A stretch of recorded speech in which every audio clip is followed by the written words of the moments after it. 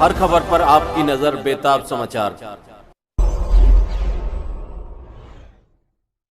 दोस्तों नमस्कार, आदाब, सत श्री अकाल, अस्सलाम वालेकुम। मैं हूं S.A. बेताब और आप देख रहे हैं बेताब समाचार एक्सप्रेस। खबर उत्तर पूर्वी दिल्ली की बाबरपुर विधानसभा सीट की है। बाबरपुर विधानसभा क्षेत्र से मोहम्मद नाजिर ने ऑल इंडिया मजलिस इत्तेहादुल मुस्लिमीन पार्टी में शामिल होकर एक अपनी जो पार्टी चला रहे थे अमन समाज पार्टी, उसका ऑल इंडिया मजलिस इत्तेहादुल मुस्लिमीन में विलय कर दिया है। और अब अमन समाज पार्टी के राष्ट्रीय अध्यक्ष ने कहा है कि हम ऑल इंडिया मजलिस इत्तेहादुल मुस्लिमीन को मजबूत करेंगे और बैरिस्टर असदुद्दीन ओवैसी साहब के हाथों को मजबूत करके दिल्ली में एक ऐसा शोषित, वंचित और अल्पसंख्यकों की लड़ाई लड़ने का काम करेंगे ताकि उनको अधिकार मिल सकें। इसी सिलसिले में नॉर्थ गोंडा में फैज़ान मंजिल के पास एक जलसे का आयोजन किया गया और इस जलसे में प्रदेश अध्यक्ष शोएब जामई साहब और महासचिव मोहम्मद अकरम साहब व अन्य लोग यहां पर उपस्थित हुए। और इस जलसे में वक्ताओं ने क्या कहा और इस मौके पर ऑल इंडिया मजलिस इत्तेहादुल मुस्लिमीन के जो जुड़े हुए कार्यकर्ता हैं उनमें काफ़ी जोश देखने को मिला। और क्या रहा इस जलसे में और क्या क्या इस जलसे की खास बात रही, आइए आपको सुनवाते हैं। MIM से जुड़ना हमारा एक मकसद है कि हम सच्चे सिपाही बने और देश को आगे लेके जाएं। हमारे क्षेत्र में बहुत सी समस्याएं हैं, जैसे दिल्ली प्रदेश अध्यक्ष गोपाल राय सीट पर रहते हैं, पिछले 10 साल से इस सीट पर हैं और उन्होंने आज तक जनता का भला नहीं किया। और विधायक ऐसा निकम्मा है, जब भी हम जाते हैं उसका चेहरा नहीं मिलता है। आज इलेक्शन है, जगह जगह हम देखते हैं और क्या नाम है आ जाते हैं। इससे पहले कहाँ थे, दंगों में कहाँ थे, और क्या नाम है जब मरकज पे ताला लग रहा था कहाँ थे। इन्होंने मरकज पे ताला जानबूझकर लगवाया और इसके जो हुक्मरान हैं वो मुसलमानों के दुश्मन हैं। हम पर बराबर कहते आए हैं ये पार्टी आम आदमी पार्टी RSS की भी टीम है। इसको मुसलमानों आपको समझना पड़ेगा। और आपके क्षेत्र में, गोंडा क्षेत्र में हम है, देखिए कितना भेदभाव इस गोपाल राय का। इसने यहाँ पे PNG पाइपलाइन जहाँ मुस्लिम बहुबल क्षेत्र है एक भी कनेक्शन नहीं है। और अदर जो है आपको दिखाएंगे, सर्वे करा के हर घर में मौजूद है। इस विधायक से पूछो तुमने क्या किया हमारे लिए, क्या नहीं किया। बड़ी समस्याएं क्षेत्र में, विधायक ने कुछ नहीं किया। देखिए अब जैसे आपके लिए जो क्या नाम है नरेश यादव जी हैं, उन्होंने कुरान की हमारी बेदबी की। बड़ी शर्म की बात है। हमारे ताहिर साहब को एक गुनाह भी नहीं साबित हुआ, उन्हें पार्टी से निकाल दिया जाता है।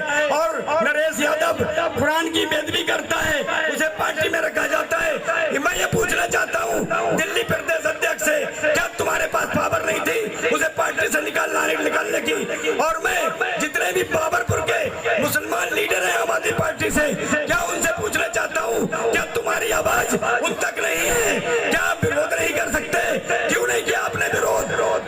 अमन समाज पार्टी में था, हमने MIM ज्वाइन की, पूरी पार्टी मिले से की है क्योंकि हमारा लीडर शेर है। शेर कितना दहाड़ता है और वो हमारे हक की बात करता है। इसलिए हम असद साहब के पीछे हैं और तमाम MIM के लोग हमारे सिपाही हैं पार्टी के, हम भी सिपाही हैं। देखिए इसमें पार्टी में कोई छोटा बड़ा नहीं है, सब एक साथ हैं। हमें फख्र की बात है कि हमारा एक शेर पार्लियामेंट में दहाड़ता है और उसकी गूंज पूरी दुनिया में जाती हो। तुम अब जग जाने का वक्त आया, न फिर गुलामी में उलझ जाने का वक्त आया। मुसलमानों समझ जाओ, समझ जाने का वक्त आया। बहुत सोए हुए हो तुम, अब जग जाने का वक्त आया। बहुत गुलामी में उलझे हो तुम, अब ना उलझो मेरे दोस्तों, मेरे साथियों। मजलिस इत्तेहादुल मुस्लिमीन आपके दरमियान में आई है तो बैरिस्टर असदुद्दीन ओवैसी साहब की आइडियोलॉजी को लेके आई है। आज हिंदुस्तान में उस पार्लियामेंट के अंदर तकरीबन 400 से ज्यादा गूंगे बैठे हैं और एक शेर आपके लिए दहाड़ता है। वो शेर की समात आपके दरमियान में आई है। वो शेर की समात आपके दरमियान में आई है। तो ये चीज बताता चलो कि मजलिस इत्तेहादुल मुस्लिमीन आपके दरमियान में आ चुकी है। आप लोगों से आज हम ये कहना चाहते हैं कि यहाँ से उठे तो इत्तेहाद का पैगाम लेके उठेंगे। आप लोग पैगाम लेके इत्तेहाद हाथ खड़ा करिए, उठेंगे, मजलिस इत्तेहादुल मुस्लिमीन के पैगाम को यहाँ से फैलाएंगे ना, मजलिस इत्तेहादुल मुस्लिमीन के पैगाम को फैलाएंगे। मेरे दोस्तों, आपसे एक चीज और कहना चाहता हूँ कि आज आप देखिए कि जैसे MIM मुस्तफाबाद के अंदर ताहिर हुसैन साहब के लिए चुनाव लड़ रही है, वैसे बाबरपुर के अंदर भी MIM मजबूती से चुनाव लड़ेगी इंशाअल्लाह। लेकिन हम सबका मकसद यही है कि मुसलमानों की सियासी आवाज मजबूत हो, मुसलमानों का जो पॉलिटिकल रिप्रेजेंटेशन है वो मजबूत हो। तो हमने कहा नाजिर साहब, ये आपकी बड़ी कुर्बानी है कि आपकी अपनी पार्टी होने के बावजूद आप ये चाहते हैं कि मजलिस के साथ काम करें, सदर मजलिस बैरिस्टर असदुद्दीन ओवैसी साहब की आइडियोलॉजी के साथ मिलकर काम करें। तो अगर आप तैयार हैं तो हम भी तैयार हैं और उनका स्वागत हुआ।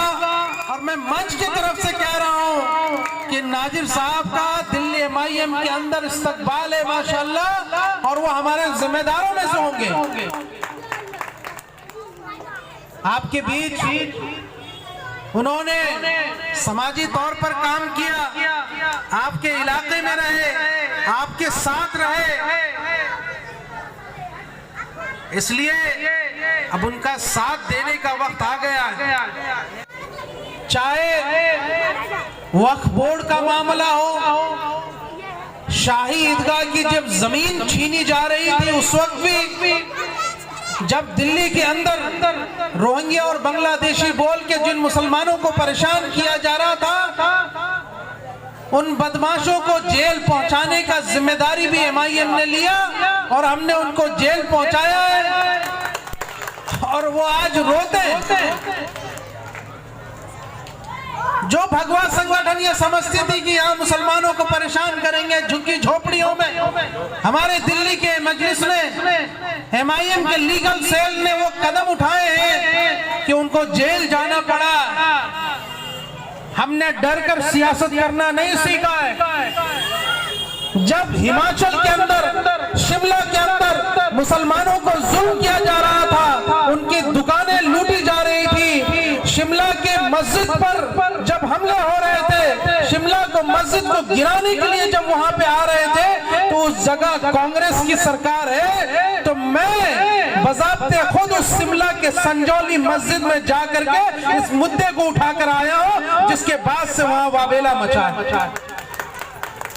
तो हिमाचल के जो पुराना मुख्यमंत्री है, बीजेपी के नेता कहते हैं कि शोएब जमाई को गिरफ्तार करो, ये माहौल खराब कर रहे हैं। उनकी देखा देखी कांग्रेस के मंत्री, जिसने सदन में कहा था कि यहाँ हिमाचल में जो मुसलमान वो बांग्लादेशी और रोहिंग्या है, उसने कहा कि शोएब जमाई MIM के लोग यहाँ माहौल खराब करने आए। मैंने पूछा मंत्री जी, सदन में आके बताओ कि पिछले 1 महीने से ये हिंदूवादी संगठन यहाँ जो मुसलमानों को भगा रहे थे, दुकानें लगाने नहीं दे रहे थे, मस्जिद को तोड़ने की कोशिश कर रहे थे, तो राहुल गांधी यहाँ बताएं कि कौन सी ये मोहब्बत की दुकान चला रहे। अगर ये मोहब्बत की दुकान नहीं चला रहे, ये ढोंग कर रहे, तो मैं पूरी दुनिया को बताऊंगा कि राहुल गांधी सिर्फ मोहब्बत की दुकान वही चलाते हैं जहां उनको लगता है कि मुसलमानों का वोट मिल सकता है, जहां मुसलमानों के वोट की कीमत नहीं है। 1.5-2% मुसलमान वहां रहते, वहां वो मोहब्बत की दुकान नहीं बल्कि नफरत की दुकान चलाते हैं।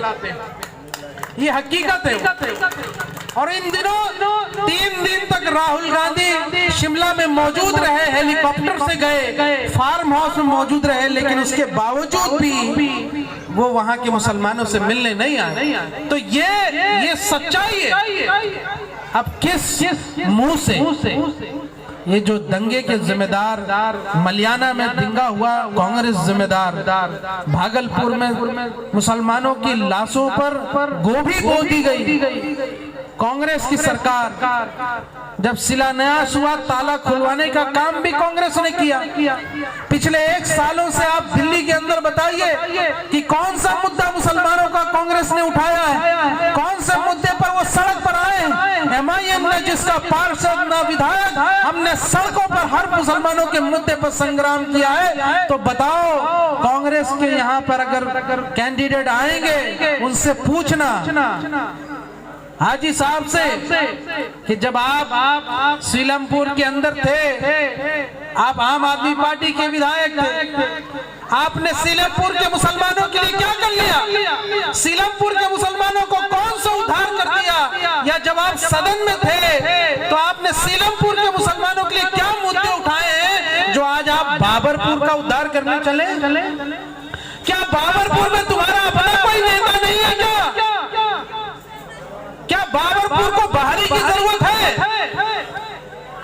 तो जब आप आम आदमी पार्टी में रहते हुए, विधायक रहते हुए, हाजी साहब जो कांग्रेस के यहाँ से प्रत्याशी हैं, जब आप उस वक्त नहीं कोई मुद्दा उठा सके, तो अब बाबरपुर के मुसलमानों का कौन सा मुद्दा आप उठाएंगे?